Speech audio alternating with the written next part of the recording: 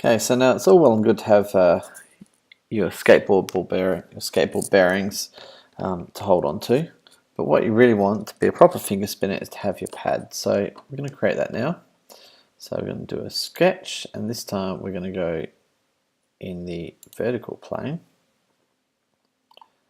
Zoom in. That's going to be a bit more fiddly this time. Now I'm going to do a line tool, so I'm going to go up.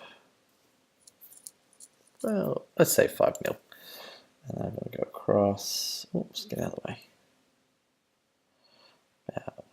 About that much. And get out of the way. Down, across, down, out, and back. Okay, now a couple of things. I want to do my horizontal here. It's already set. Okay, so if I press D, it gives me a choice of dimensions. So first of all, this is one of the most important dimensions I've got. I want this to be 3.5. All right, because the inner side of the bearings is 7 mil.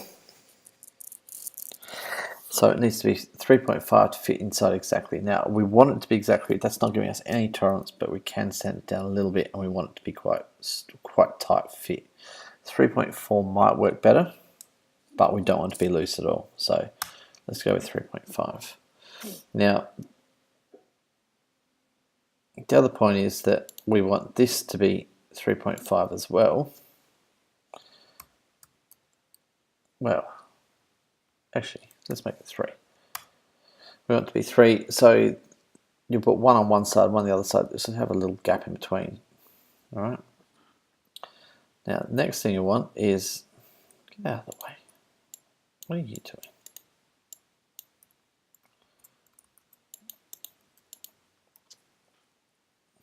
That's weird. Don't know what that is. I don't know how to get rid of it. Well, never mind. All right, so that's 3 millimeters. Now, this is the bit that's going to sit over the ball bearing. So, dimensions here. This dimension, I want, let's move out here. I want this dimension just to be 1 millimeter. And same thing here. Actually, let's move this one out of the way. Move these ones out here.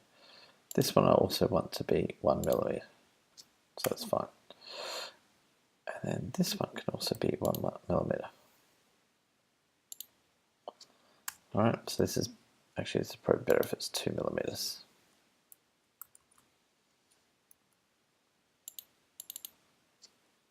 Now this will be interesting. So I moved everything up. Good. I did that. The last one is this one here. Well, now it's going to be, you want this to cover the ball bearings, which are 22 mil, and that means I have to go out at least 11, so let's make it 13. 13. Okay. So basically, this bit goes in. That's the bit that. So this sits inside the ball bearing spin. This is giving a little bit of tolerance, so that way this bit doesn't rub against the ball bearing. And that's basically the ball bearing there. Let's move these out here. Now it's good to use your dimensions. Well, it's hard to see the one. It's good to use dimensions to explain what they are. Might as well find out what this one is because it can. Put it there.